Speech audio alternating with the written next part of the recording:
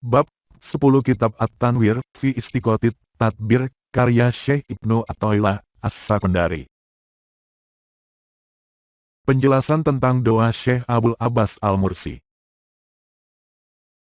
Syekh Abul Abbas berkata dalam hizib atau doanya, "Berilah kami begini dan begitu, dan rizki yang mudah, yang dengannya kami tak terhijab di dunia, serta tidak ditanya, tidak dihisab, dan tidak dihukum pada hari kiamat. Di atas hamparan ilmu tauhid dan syariat, terbebas dari hawa nafsu, syahwat, dan tabiat buruk. Ia memohon kepada Allah rizki yang mudah. Allah lah yang menjamin rizki itu bagi orang yang menuntut ilmu. Menurutnya rizki yang mudah adalah yang tidak membuat kita terhijab dari Allah di dunia ini, dan tidak dihisab di akhirat. Karena sesuatu yang membuat terhijab tidak akan mendatangkan kemudahan. Keberadaan hijab menyakitkan hati, karena menghalangi kita untuk bisa dekat dan berkomunikasi dengan Allah. Pendapat Syekh berbeda dengan pandangan kebanyakan orang bahwa rizki yang mudah adalah yang didapat tanpa bersusah payah.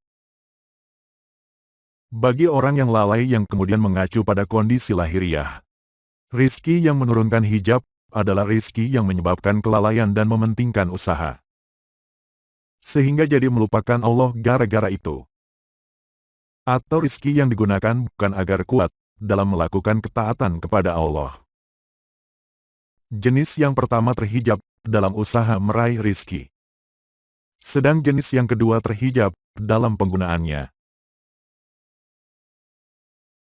Syekh juga mengatakan bahwa rizki yang mudah adalah yang membuatnya tidak ditanya, tidak dihisab, dan tidak dihukum karenanya di hari kiamat. Pertanyaan yang dimaksud dalam ucapan Syekh adalah pertanyaan tentang hak-hak nikmat yang diterima seorang hamba. Sebagaimana firman Allah dalam surat At-Takasur ayat 8. Kemudian pada hari itu kamu akan ditanya tentang nikmat yang ada. Diriwayatkan ketika Nabi Shallallahu Alaihi Wasallam dan para sahabat memakan makanan, beliau bersabda, "Demi Allah, kalian akan ditanya tentang nikmat yang kalian makan hari ini." Syekh Rahimahullah berkata, pertanyaan Allah terbagi dua, yaitu pertanyaan berupa penghormatan, dan kedua pertanyaan berupa celaan. Pertanyaan jenis pertama diajukan kepada orang yang taat dan mendapatkan pertolongan Allah. Dan pertanyaan kedua ditujukan kepada kaum yang lalai dan berpaling dari Allah. Maka fahamilah, meskipun Allah mengetahui kondisi dan seluruh rahasia para hambanya, Dia akan tetap bertanya kepada kaum yang jujur, dengan tujuan memperlihatkan kejujuran mereka kepada hamba-hamba yang lain, dan untuk mengabarkan kebaikan mereka di akhirat. Perumpamaannya seperti pertanyaan seorang majikan kepada pelayannya, "Apa yang kau lakukan terkait ini dan itu?" Meskipun ia sudah mengetahui bahwa pelayan itu telah mengerjakan semua itu dengan baik, ia tetap menanyakannya agar pelayan yang lain mengetahui ketaatannya. Lalu maksud hisab dalam ucapan Syekh dengan kalimat yang tidak dihisab adalah perhitungan setelah pertanyaan. Apabila hamba selamat dari pertanyaan, berarti ia selamat dari hisab. Apabila selamat dari pertanyaan dan hisab, berarti ia selamat dari hukuman. Karena itulah Syekh Rahimahullah menyebutkannya tentang rizki. Kemudian ucapan Syekh tentang di atas hamparan ilmu tauhid, maksudnya adalah, dengan penyaksian kepada Allah, aku melihat apa yang Allah berikan dan Dia anugerahkan. Aku menyaksikan bahwa semua itu bukan dari selain Allah, dan tidak mengaitkannya kepada satu pun makhluk. Begitulah ahwal atau kondisi batin para ahlullah. Mereka hanya makan atas hidangan Allah. Hanya Allah yang memberi makan. Karena mereka mengetahui bahwa selain Allah, tidak memiliki apa-apa. Hati mereka kosong dari makhluk. Mereka tidak menambatkan cinta mereka kepada selain Allah. Karena bagi mereka hanya Allah yang memberi dan bermurah hati kepada mereka melalui limpahan karunia-Nya. Syekh Abdul Hasan rahimahullah berkata, "Kami hanya mencintai Allah. Cinta kami tidak terarah untuk makhluk."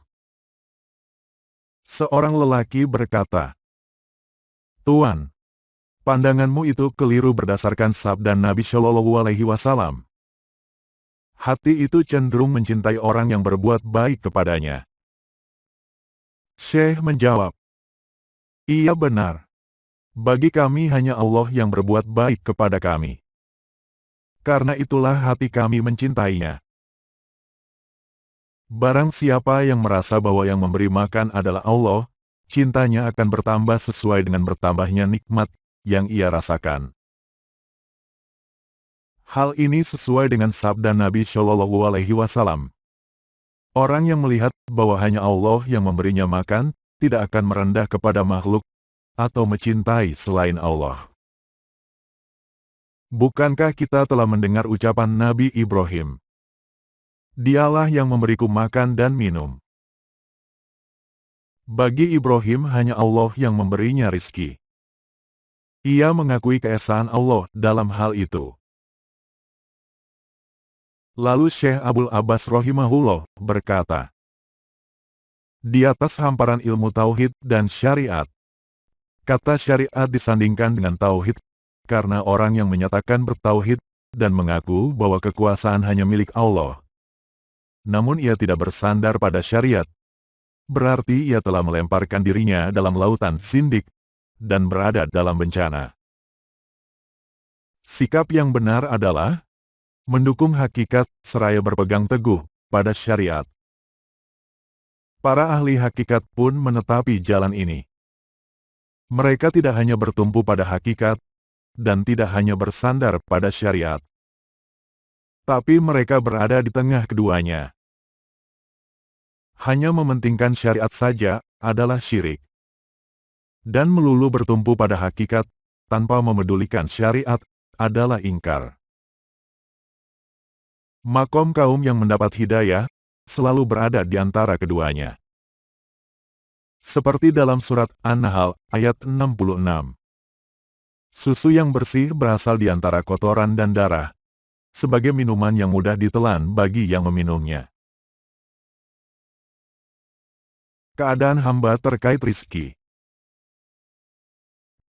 Ketahuilah, ada berbagai persoalan yang mesti dibahas ketika kita menguraikan tentang rizki. Syekh Abdul Abbas rahimahullah sering menerangkan masalah ini. Beliau juga pernah melantunkan doa berikut. "Mudahkanlah untukku masalah rizki. Jagalah aku dari ketomakan dan kepenatan dalam mencarinya. Dari kerisauan dan dari keterkaitan hati kepadanya. Dari merendah kepada makhluk karenanya. Dari memikirkan dan mengatur untuk mendapatkannya. Serta dari sifat kikir setelah mendapatkannya." Karena banyaknya persoalan terkait masalah rizki, kita akan batasi sesuai simpul-simpul yang ditegaskan Syekh rahimahullah dalam doa tersebut. Secara umum ada 3 fase keadaan manusia bila berkaitan dengan masalah rizki. Pertama, keadaan sebelum diberi rizki. Kedua, keadaan saat sedang mendapatkan rizki. Dan ketiga, keadaan setelah mendapatkan rizki itu. Sebelum mendapatkan rizki, manusia dalam keadaan tomak, penat, sibuk, risau, sikap merendah pada makhluk karenanya, serta hasrat untuk memikirkan dan mengatur berbagai cara untuk mendapatkannya. Tomak adalah keinginan untuk mendapatkan rizki dan condongnya nafsu kepadanya. Ketomakan bersumber dari tiadanya rasa percaya dan lemahnya keyakinan. Keduanya disebabkan karena tiadanya nur atau cahaya. Dan ketiadaan cahaya disebabkan oleh adanya hijab. Apabila hati telah dipenuhi cahaya penyaksian atau musyahadah, dan dilimpahi karunia Allah, tentu ia tidak akan dimasuki oleh sifat tomak. Andai kata cahaya keyakinan terpancar dalam hati, tentu ia akan menyadari pembagian Allah yang telah ditetapkannya. Sehingga ia tidak lagi dihinggapi rasa tomak. Ia tahu betul bahwa di sisi Allah ada jatah untuknya, yang pasti sampai kepadanya. Sedang kepenatan dalam mencari rizki bisa berupa lelahnya anggota badan. Kita perlu berlindung kepada Allah dari kepenatan dalam mencari rizki. Karena kepenatan akan membuat kita lalai menunaikan perintah Allah. Sebaliknya rizki yang disertai ketenangan dan ketentraman hati akan membantu kita mencurahkan perhatian untuk menaati Allah dan mengabdi kepadanya. Dibanding kepenatan tubuh, kita lebih butuh perlindungan Allah dari kepenatan hati. Sebab, hati akan merasa lelah karena kerasnya usaha mencari rizki dan tercurahnya seluruh perhatian kepadanya. Akibatnya hati terbebani oleh semua itu. Hati hanya bisa menjadi lapang dan tentram ketika disandarkan kepada Allah. Hati yang bertawakal kepada Allah tidak akan merasa berat dan penat. Karena Allah yang membawakan bebannya. Allah berfirman dalam surat At-Tolak ayat 3. Siapa yang bertawakal kepada Allah, dia akan mencukupinya. Selanjutnya Syekh Abul Abbas rahimahullah berkata, kerisauan hati menghadapi urusan rizki merupakan penghalang yang sangat kuat. Sampai-sampai Syekh Abul Hasan Asy-Syadzili berkata, dua hal yang paling sering menghijab makhluk dari Allah, yaitu kerisauan terhadap rizki dan ketakutan terhadap makhluk. Merisaukan rizki adalah hijab yang paling hebat. Karena kebanyakan manusia mungkin bisa melepaskan diri dari kecemasan terhadap makhluk. Tapi hanya sedikit yang bisa membebaskan diri dari kerisauan dalam urusan rizki. Kerisauan begitu kuat melanda khususnya ketika kita sangat membutuhkan sesuatu untuk menjaga keberlangsungan hidup kita. Maksud Syekh Abul Abbas dengan keterkaitan dengannya adalah keterkaitan hati terhadap urusan rizki. Sehingga kita tenggelam di dalamnya. Akibatnya kita memperhatikan hal lain lagi. Inilah keadaan yang memutuskan hubungan antara hamba dengan Allah. Yang menggelapkan cahaya ibadah.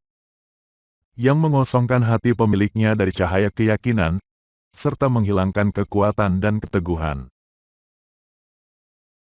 Maksud Syekh Abul Abbas dengan merendah kepada makhluk karenanya adalah munculnya harapan dan rasa hina pada orang lain untuk mendapatkan rizki. Itulah sikap tomak. Merasa hina dan rendah diri kepada makhluk dan kurang percaya kepada Allah. Itu terjadi karena tidak menyadari pembagian Allah yang telah ditetapkan untuknya. Dan tidak meyakini kebenaran janji Allah. Akhirnya ia merendah kepada makhluk dan meminta kepada mereka. Itu semua terjadi karena kelalaian hatinya kepada Allah. Ia tidak menyadari bahwa siksa akhirat jauh lebih berat daripada itu. Raih kemuliaan bersama Allah. Seandainya iman dan keyakinan kepada Allah benar, tentu ia tidak akan merendah diri kepada makhluk. Kemuliaan adalah milik Allah, Rasul-Nya dan orang-orang yang beriman. Kemuliaan orang beriman bersama Allah, membuatnya tidak merasa mulia dengan selain Allah.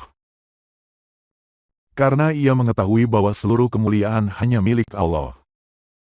Yang maha mulia hanya Allah. Dialah yang maha memuliakan. dan tidak ada yang bisa memuliakan selain Dia. Keyakinan seperti itulah yang membuat orang beriman menjadi mulia. Ketawakalan seperti itulah yang menolongnya. Ia tidak akan menjadi hina dan rendah, karena benar-benar telah meyakini jatah dari Tuhannya. Ia tidak akan bersedih, karena selalu bersandar kepada Allah. Ia memahami firman Allah dalam surat Ali Imran ayat 139. Janganlah bersikap lemah dan jangan pula bersedih. Padahal kalian lebih tinggi derajatnya jika kalian beriman. Kemuliaan orang beriman terletak pada lepasnya hati mereka dari makhluk. Ia selalu yakin kepada Allah dan tidak pernah berharap kepada makhluk.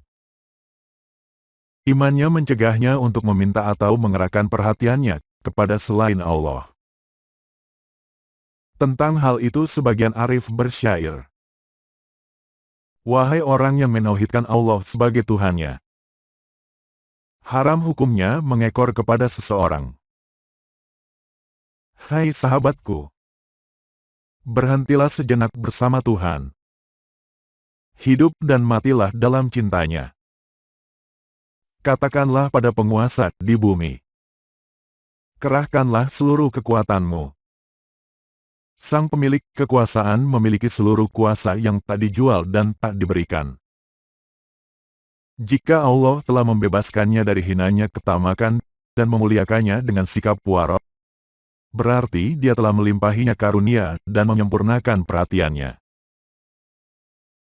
Ketahuilah hai orang yang beriman, Allah telah memberimu sejumlah pakaian. Seperti pakaian iman, makrifat, ketaatan, dan sunnah.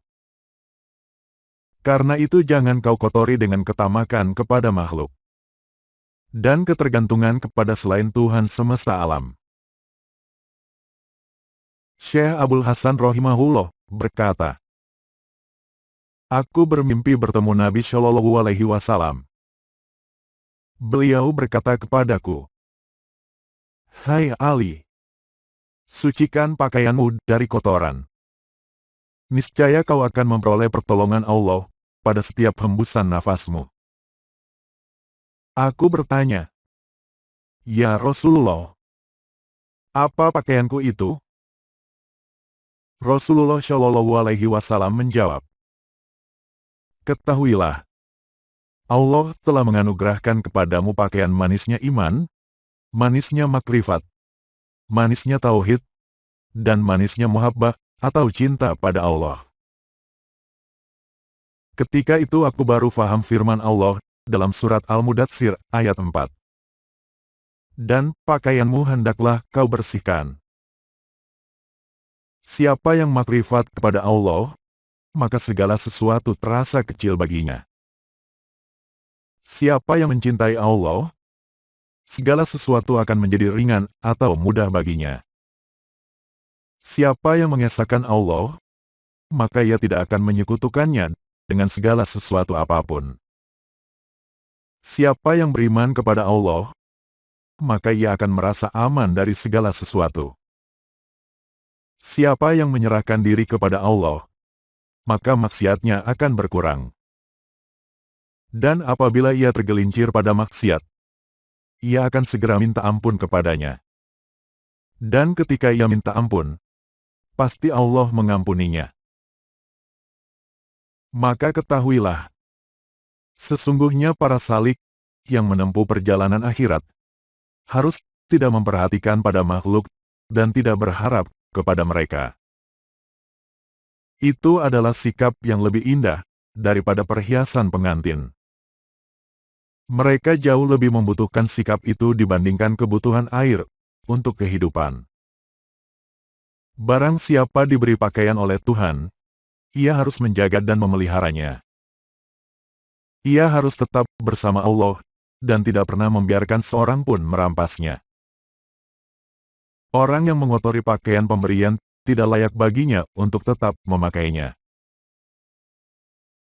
Karena itu wahai saudaraku, jangan kau kotori imanmu dengan sikap tomak kepada makhluk. Jangan bersandar kecuali hanya pada Tuhan semesta alam. Jika kau merasa mulia dengan Allah, kau akan tetap mulia selamanya. Sebaliknya jika kau merasa mulia dengan selain Allah, kemuliaanmu takkan bertahan lama. Karena orang yang dengannya kau merasa mulia, tidaklah kekal. Baqdul Fudola membacakan syair. Kokohkanlah kemuliaanmu bersama Tuhanmu. Jika kau merasa mulia dengan seseorang yang pasti sirna, sirna pula kemuliaanmu. Dikisahkan ada seseorang datang kepada seorang arif, sambil menangis. Sang arif bertanya, "Ada apa?" "Guruku mati," jawabnya. "Mengapa kau menjadikan orang yang pasti mati menjadi gurumu?" ujar sang arif. Seorang arif menjelaskan, "Apabila kau merasa mulia dengan selain Allah, kau akan kehilangan Allah. Apabila kau bersandar kepada selain Allah, berarti kau telah menolak Allah." Allah berfirman dalam surat Toha ayat 97. "Lihatlah kepada Tuhanmu yang senantiasa kamu sembah. Kami akan membakarnya dan kami akan menghamburkannya ke laut. Sesungguhnya Tuhanmu hanya Allah yang tiada Tuhan selain Dia." Wahai hamba, tirulah Nabi Ibrahim yang berkata dalam surat Al-An'am ayat 76. "Aku tidak suka Tuhan yang sirna. Segala sesuatu selain Allah pasti sirna, baik wujudnya maupun potensinya." Sungguh Allah telah berfirman dalam surat Al-Hajj ayat 78. "Ikutilah agama nenek moyangmu Ibrahim." Jadi setiap orang yang beriman wajib mengikuti ajaran Nabi Ibrahim, yaitu tidak meminta kepada makhluk. Ketika Ibrahim diletakkan di manjanik atau tempat pembakaran, Jibril datang menawarinya bantuan. Namun Ibrahim menjawab, "Kepadamu aku tidak butuh apa-apa. Aku hanya butuh kepada Allah." "Kalau begitu mintalah kepadanya," kata Jibril. Ibrahim menjawab, "Cukuplah bagiku bahwa dia mengetahui keadaanku." Nabi Ibrahim tidak menambatkan harapannya kepada makhluk. Ia hanya mengarahkan perhatiannya hanya kepada Allah. Ia tidak meminta pertolongan kepada Jibril. Tidak juga kepada yang lainnya selain Allah. Ia melihat Allah lebih dekat kepadanya daripada Jibril dan permintaannya sendiri. Karena itu Allah menyelamatkannya dari Namrud dan siksanya. Allah juga memberinya perhatian dan karunia-Nya. Ajaran Nabi Ibrahim yang lainnya adalah memusuhi segala sesuatu yang melalaikan kita dari Allah, serta segala hal yang membelokkan perhatian dari cinta kita kepada Allah. Hal ini sesuai dengan firman Allah dalam surat Asy-Syu'ara ayat 77. "Mereka adalah musuhku, kecuali Tuhan semesta alam." Jadi orang kaya adalah yang tidak berharap kepada manusia. Syekh Abdul Hasan Rahimahullah berkata, "Aku merasa tidak dapat memberi manfaat kepada diriku sendiri. Lalu bagaimana mungkin orang lain bisa memberi manfaat kepadaku? Aku berharap kepada Allah untuk selain diriku. Lalu bagaimana mungkin aku tidak berharap kepada Allah untuk diriku sendiri?" Inilah rumus dan prinsip utama untuk mendapatkan kekayaan yang tidak disertai rasa butuh akan kemuliaan dan keberkahan rizki yang tidak pernah habis. Inilah prinsip yang dipegang teguh oleh kaum yang mengenal Allah. Syekh Abdul Hasan Rahimahullah bercerita, "Ada seseorang yang senantiasa menyertaiku. Aku merasa tidak enak. Sehingga kutanyakan kepadanya, 'Anakku, Apa keperluanmu? Mengapa kau selalu menyertaiku? Ia menjawab, Tuan, ada yang memberitahuku bahwa engkau mengetahui prinsip hidup. Aku menyertaimu untuk mempelajari itu darimu. Engkau benar. Begitu pula orang yang mengabarimu. Namun aku khawatir, kau tidak akan menerimanya. Tentu saja aku akan menerimanya, jawabnya. Jadi kukatakan padanya, aku melihat semua makhluk. Kudapati mereka terbagi menjadi dua, yaitu musuh, dan orang yang kucintai. Ketika aku melihat musuh, aku sadar mereka tidak bisa memberiku sedikit pun bahaya yang tidak Allah kehendaki. Karena itu aku mengalihkan pandanganku dari mereka. Kemudian aku berpaling pada orang yang kucintai. Ternyata mereka pun tidak bisa memberiku sedikit pun manfaat yang tidak Allah kehendaki. Karena itu aku mengabaikan mereka keduanya. Lalu hanya bergantung kepada Allah saja. Lalu ada suara berkata kepadaku, kau tidak akan sampai pada hakikat ini sebelum menghilangkan keraguanmu kepada kami. Dan sebelum meyakini bahwa selain kami tidak ada yang bisa memberimu, kecuali yang telah kami jatahkan untukmu. Pada kesempatan lain, ketika ditanya tentang prinsip tersebut, Syekh Rahimahullah menjawab, keluarkan tomak dari dalam hatimu. Dan jangan berharap Allah akan memberimu selain yang telah dijatahkan untukmu. Kemuliaan dan keunggulan hamba tidak bergantung pada banyaknya amal dan ketekunan wiridnya. Namun yang membuatnya mulia adalah rasa cukupnya dengan Tuhan. Kecondongan hati kepada Allah, kebebasannya dari tomak, dan bersikap warak. Semua itu memperindah segala amalnya dan membersihkan jiwanya. Allah berfirman dalam surat Al-Kahfi ayat 7. Kami telah menjadikan apa yang terdapat di atas bumi sebagai perhiasan baginya untuk menguji mereka. Siapakah yang paling baik perbuatannya? Baiknya amal diwujudkan oleh pemahaman terhadap Allah. Pemahaman yang meliputi rasa cukup dengan Allah, bergantung kepada Allah, meminta kebutuhan hanya kepada Allah, serta selalu berada di hadapan Allah. Semua itu merupakan buah pemahaman terhadap Allah. Hiasilah dirimu dengan sifat warak, dan bersihkan dirimu dari sifat tomak kepada makhluk. Seandainya orang yang tomak ingin membersihkan dirinya dengan 7 lautan, ketomakannya tidak akan bisa hilang atau bersih, kecuali dia memutus harapannya kepada makhluk. Suatu kali Sayyidina Ali bin Abi Thalib datang ke Basrah. Ia masuk ke sebuah masjid jamik dan melihat beberapa ahli kisah atau penceramah sedang bercerita pada kerumunan orang. Ia menghukum mereka satu persatu hingga akhirnya tibalah giliran Hasan al-Basri. Imam Ali berkata, "Anak muda, aku akan bertanya kepadamu. Apabila bisa menjawabnya kau akan kulepaskan. Jika tidak, kau akan kuhukum seperti yang lainnya."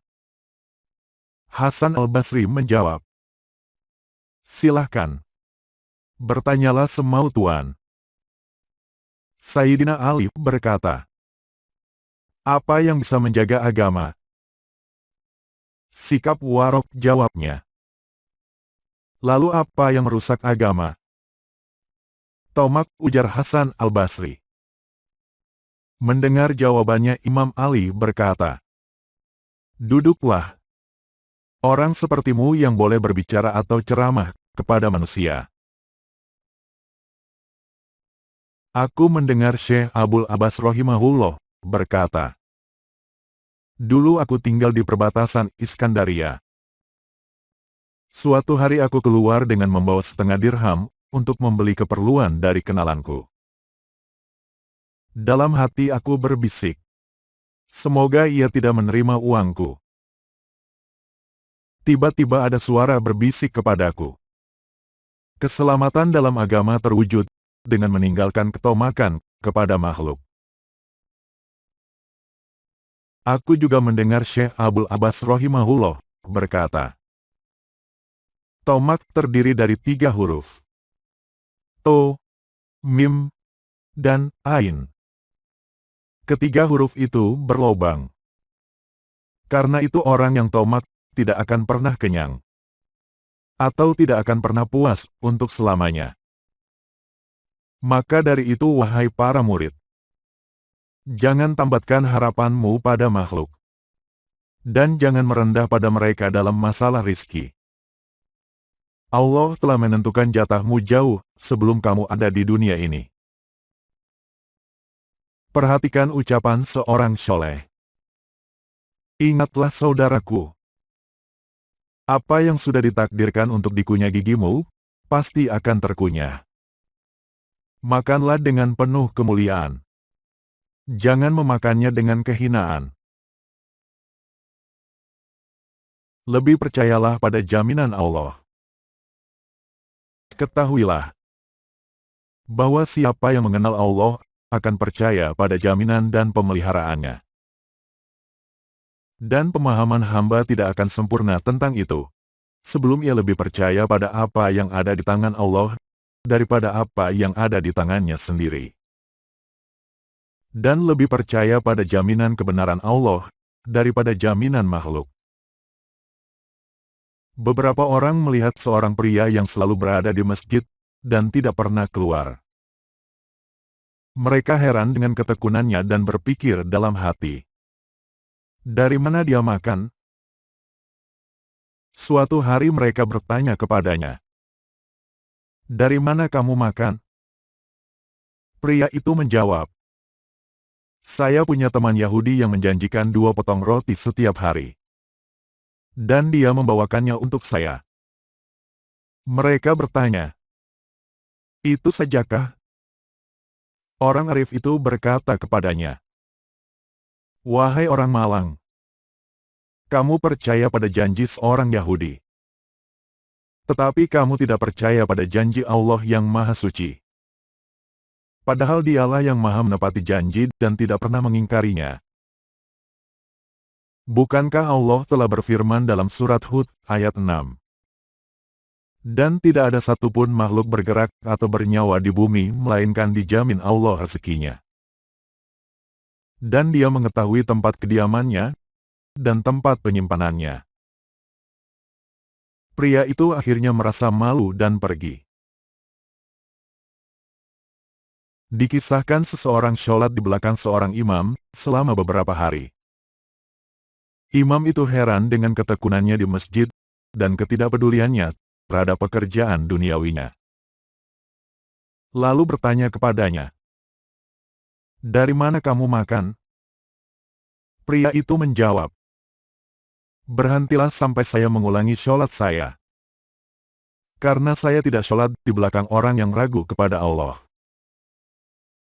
Dan masih banyak kisah-kisah seperti itu. Dikatakan kepada Ali bin Abi Thalib, jika seseorang masuk ke rumah kami dan menutupinya dengan tanah yang mengurungnya, dari mana rizkinya datang? Beliau menjawab, rizkinya datang dari tempat ajalnya datang. Jika engkau menghadirkan dalam dirimu, bahwa engkau pasti butuh makanan untuk menegakkan tubuhmu, lalu mengatur pikiranmu untuk mendapatkannya, bahwa rizki itu datang dari jalan ini jalan itu, maka hal itu akan memperbanyak kelintasan dalam hatimu. Akhirnya engkau tidak tahu apakah engkau sedang sholat atau tidak. Apa yang sedang engkau sholati? Apa yang sedang kau baca? Sehingga ibadah yang kau lakukan akan menjadi keruh. Maka engkau akan diharamkan dari cahaya Allah. Dan jadi terhalang dari terbukanya berbagai rahasia Allah untuk dirimu. Apabila hal itu terlintas padamu, maka hancurkan bangunannya dengan kapak kepercayaan. Dan ratakan dengan keyakinan. Ketahuilah, Allah telah mengurus pengaturanmu sebelum engkau ada di dunia ini. Dan sesungguhnya jika engkau ingin menasehati dirimu sendiri, janganlah engkau mengatur pekerjaan Allah. Karena pengaturan darimu itu adalah sebuah bahaya. Karena itu akan mewajibkan penyerahan urusan kepada dirimu sendiri. Dan menghalangi datangnya pertolongan kelembutan kepadamu. Seorang mukmin tidak akan membiarkan itu terjadi. Dia tidak akan meragukan pengaturan Allah untuk dirinya. Dan tidak akan mengacaukan pikirannya akan adanya pertentangan takdir untuk dirinya. Karena cahaya iman di hatinya tidak akan membiarkan hal itu terjadi. Allah berfirman dalam surat Ar-Rum ayat 47. Dan kami selalu berkewajiban menolong orang-orang yang beriman. Begitu juga dalam surat Al-Anbiya ayat 18. Bahkan kami melemparkan yang hak kepada yang batil. Lalu yang hak itu menghancurkannya. Maka seketika itu yang batil itu lenyap. Perkataan Syekh, kikir dan pelit setelah memperoleh rizki maksudnya adalah bahwa kedua hal itu timbul karena lemah atau kurangnya kepercayaan. Artinya pemilik sifat kikir tidak ada keberuntungan baginya. Yaitu tidak ada cahaya baginya. Sedang keberuntungan itu adalah mendapat limpahan cahaya dari Allah. Allah berfirman dalam surat Al-Ahzab ayat 19. Mereka kikir terhadapmu. Mereka itu tidak beriman. Maka Allah menghapus amal-amal mereka. Begitu juga dalam surat At-Taubah ayat 75 dan 76. Dan di antara mereka ada orang yang telah berjanji kepada Allah. Sesungguhnya jika Allah memberikan kepada kami sebagian dari karunia-Nya, niscaya kami akan bersedekah. Maka setelah Allah memberikan kepada mereka sebagian dari karunia-Nya, mereka kikir dengan karunia itu dan berpaling. Dan mereka memang orang-orang yang selalu membelakangi kebenaran. Dan Allah juga berfirman dalam surat Muhammad ayat 38. Dan siapa yang kikir, maka sesungguhnya dia kikir terhadap dirinya sendiri. Kebahilan dibagi menjadi 3. Kikir dan bakil ada 3 jenis. Pertama, kikir terhadap apa yang ada di tangan untuk mengeluarkannya sebagai kewajiban kepada Allah. Kedua, kikir untuk memberikannya kepada hamba-hamba Allah, meskipun tidak ada kewajiban untuk itu. Ketiga, kikir terhadap diri sendiri untuk mengeluarkannya sebagai bentuk pendekatan diri kepada Allah. Kekikiran pertama, yaitu Anda kikir dengan tidak menunaikan zakat. Padahal Anda telah diperintahkan untuk itu. Misalnya, menafkahi kedua orang tua dalam kefakiran mereka, menafkahi anak-anak dalam kefakiran dan masa kecil mereka, serta menafkahi istri-istri. Setiap hak yang diwajibkan Allah atas Anda untuk dipenuhi, maka kelalaian Anda darinya akan membuat Anda mendapat celaan. Dan Anda akan mendapatkan hukuman karenanya. Itulah yang difirmankan Allah dalam surat At-Taubah ayat 34. Dan orang-orang yang menyimpan emas dan perak, dan tidak menginfakkannya di jalan Allah, maka kabarkanlah kepada mereka, bahwa mereka akan mendapat siksa yang pedih. Ahli ilmu berkata, simpanan harta adalah harta yang tidak ditunaikan zakatnya. Maka jika zakatnya ditunaikan, itu tidak menjadi simpanan lagi. Artinya tidak masuk dalam ancaman dan tidak akan dikenai celaan. Bagian kedua, yaitu kikir dalam berinfak, walaupun itu bukan sebuah kewajiban. Misalnya, Orang yang setelah mengeluarkan zakat hartanya, kemudian tidak menginfakkan sisanya sedikit pun setelah itu. Mencukupkan diri hanya pada apa yang diwajibkan Allah, lalu meninggalkan amalan sunnah, maka sesungguhnya itu termasuk orang mukmin yang lemah. Tidak layak bagi seorang mukmin yang peduli akan perbaikan dirinya untuk meninggalkan muamalah dengan Allah melalui hal-hal yang tidak diwajibkan kepadanya. Karena jika demikian dia tak obahnya seperti orang yang hanya sholat fardu namun tidak pernah melakukan sholat rawatib. Cukuplah bagimu wahai hamba apa yang difirmankan Allah, yang dikisahkan Rasulullah Shallallahu Alaihi Wasallam. Tidaklah hambaku mendekatkan diri kepadaku dengan sesuatu yang lebih aku cintai daripada apa yang telah aku wajibkan kepadanya. Dan hambaku senantiasa mendekatkan diri kepadaku dengan amalan-amalan sunnah, hingga aku mencintainya. Jika aku telah mencintainya, maka aku menjadi pendengarannya, penglihatannya, lisannya, hatinya, akalnya, tangannya, dan penolongnya. Jadi Allah telah menjelaskan kondisi para hambanya yang ingin mendekatkan diri dan ingin mendapatkan cintanya. Yaitu mereka yang sibuk mengabdikan dirinya lewat tambahan amalan sunnah di luar amalan wajib, seperti sholat, sedekah, haji, dan lainnya.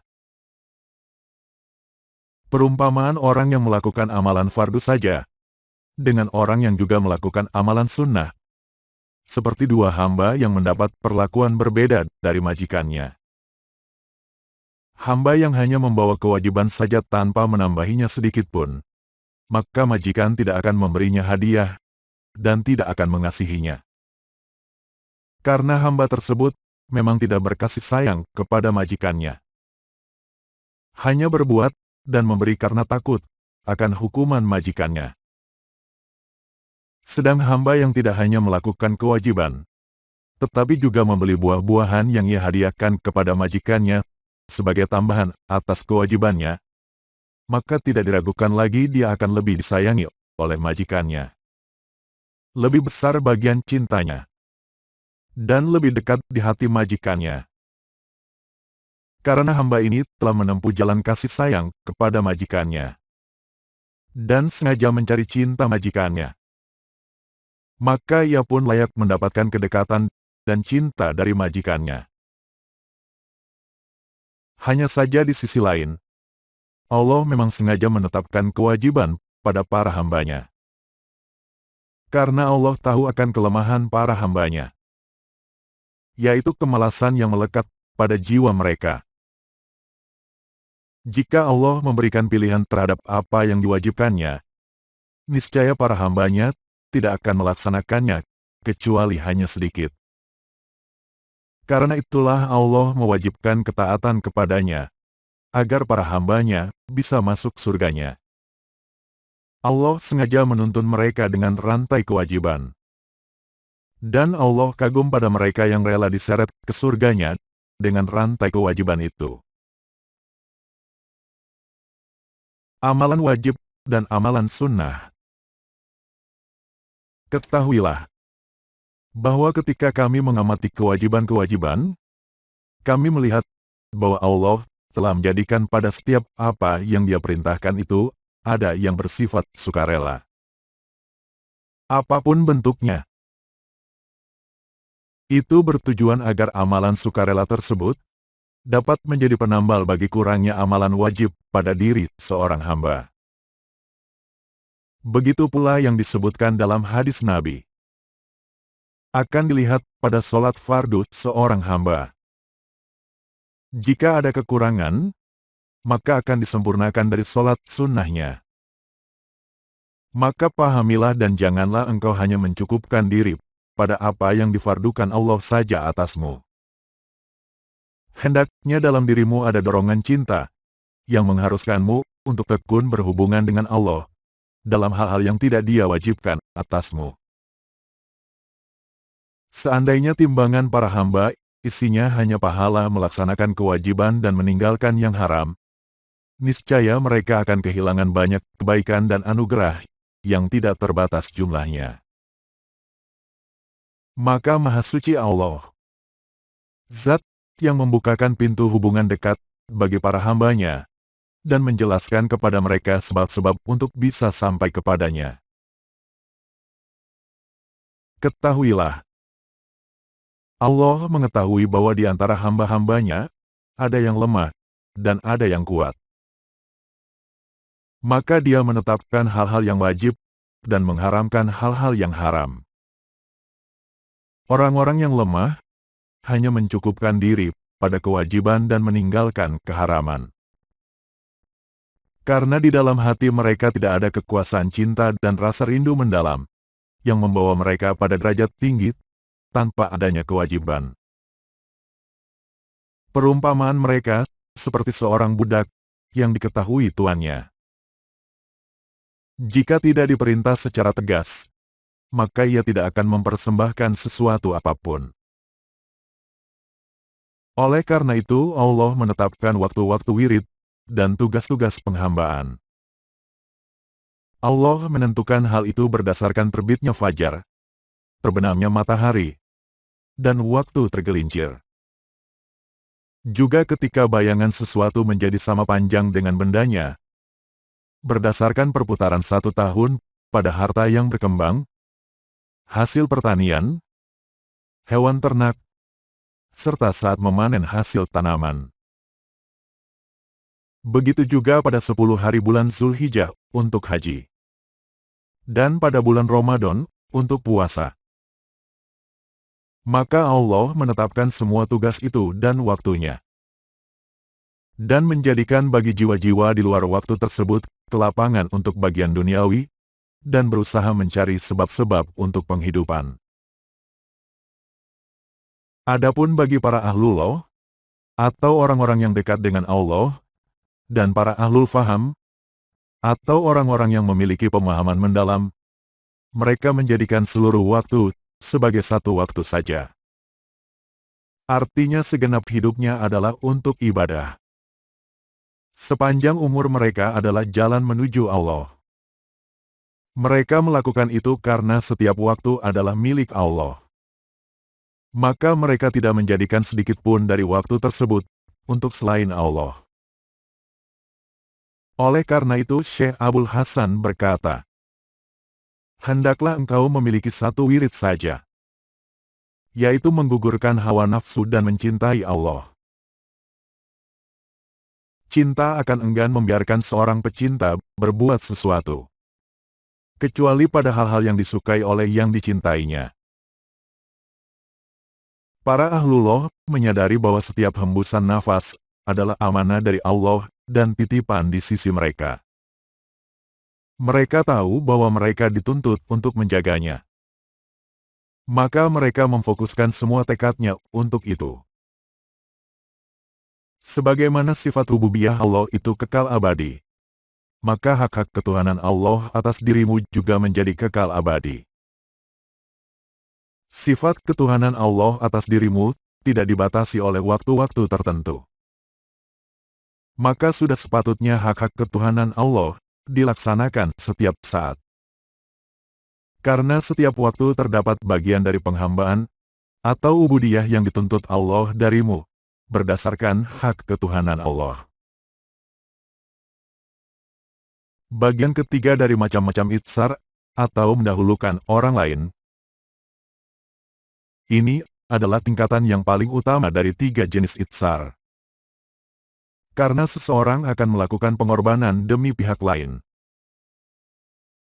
Barang siapa lebih mengutamakan Allah dari apa yang Allah wajibkan padanya, maka ia tidak akan mengutamakan apa yang ada di tangannya untuk sesuatu yang tidak diwajibkan kepadanya. Namun barang siapa yang lebih mengutamakan Allah dengan apa yang ada di tangannya untuk sesuatu yang tidak diwajibkan kepadanya, maka sungguh ia tidak akan mengutamakan dirinya sendiri. Dan tidak akan kikir untuk mengorbankan jiwanya. Karena kedermawanan dengan jiwa dan pengorbanan diri adalah bagian dari akhlak kaum syidikin. Akhlaknya orang-orang yang jujur dengan imannya, dan merupakan perilaku ahlul yakin, atau orang-orang yang memiliki keyakinan yang kuat. Mereka adalah orang-orang yang mengenal Allah. Lalu mereka mempersembahkan jiwa mereka untuk Allah. Karena mereka menyadari bahwa seorang hamba tidak memiliki apapun di hadapan Tuhannya. Jika mendahulukan Allah dengan jiwa adalah tingkatan yang paling sempurna, maka kikir dengan jiwa adalah tingkatan yang paling buruk. Bagian ketiga dari macam-macam kendala rezeki. Sebelumnya telah dijelaskan bahwa kendala yang terjadi dalam urusan rezeki itu ada 3 jenis. Kendala sebelum memperoleh rezeki, kendala saat memperoleh rezeki, dan kendala setelah mendapatkan rezeki. Maka sudah sepatutnya engkau menyucikan diri dari hal-hal tersebut. Dengarkanlah firman Allah pada surat Al-Hadid ayat 23. Kami jelaskan yang demikian itu, supaya kamu jangan berduka cita terhadap apa yang luput dari kamu. Dan supaya kamu jangan terlalu gembira terhadap apa yang diberikannya kepadamu. Barang siapa bersedih atas hilangnya sesuatu selain Allah, maka sungguh ia telah memperlihatkan kebodohan dalam dirinya. Dan putusnya hubungannya dengan Allah. Karena seandainya ia menemukan Allah, niscaya ia tidak akan merasa kehilangan apapun selain Allah. Dan barang siapa yang menemukan Allah, maka ia tidak akan mendapati sesuatu apapun selain Allah, sebagai hal yang hilang darinya.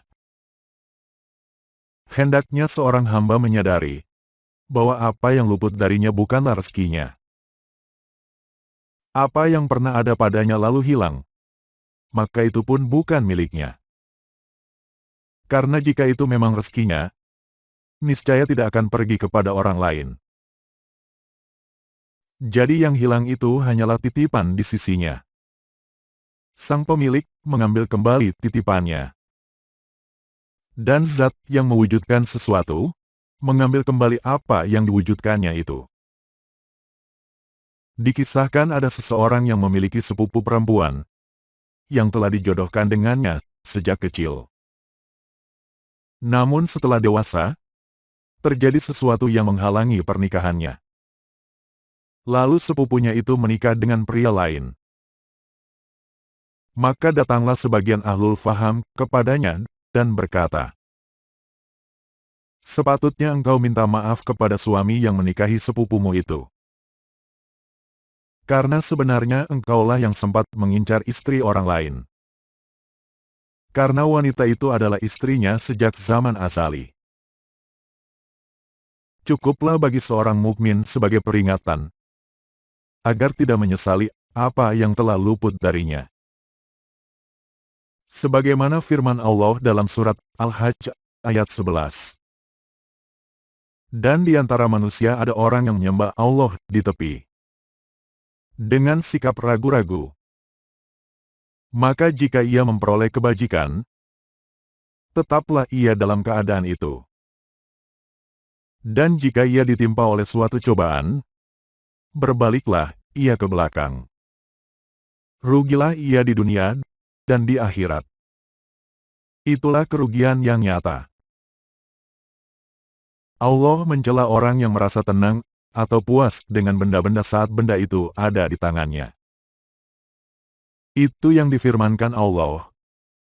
Maka jika ia memperoleh kebajikan, tetaplah tenang ia dalam keadaan itu. Maksudnya ia merasa tenang dengan kebaikan duniawi tersebut. Seandainya ia paham, niscaya ia tidak akan merasa tenang dengan apapun selain Allah. Dan ketenangannya hanyalah kepada Allah semata. Begitu juga bagi orang yang bersedih saat kehilangan, disinggung Allah dengan kalimat, dan jika ia ditimpa oleh suatu cobaan atau fitnah. Fitnah di sini adalah ketika hilangnya sesuatu yang membuatnya tenang, maka berbaliklah ia ke belakang. Maksudnya akalnya menjadi bingung. Jiwanya jadi merana. Dan hatinya menjadi lalai. Hal itu tidak lain disebabkan karena kurangnya makrifat atau pengenalannya terhadap Allah.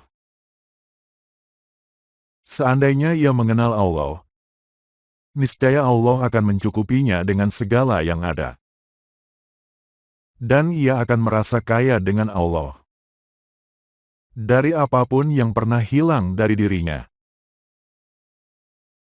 Barang siapa yang kehilangan Allah, maka ia tidak akan menemukan apapun sebagai penggantinya. Dan barang siapa yang menemukan Allah, maka ia tidak akan kehilangan sesuatu apapun.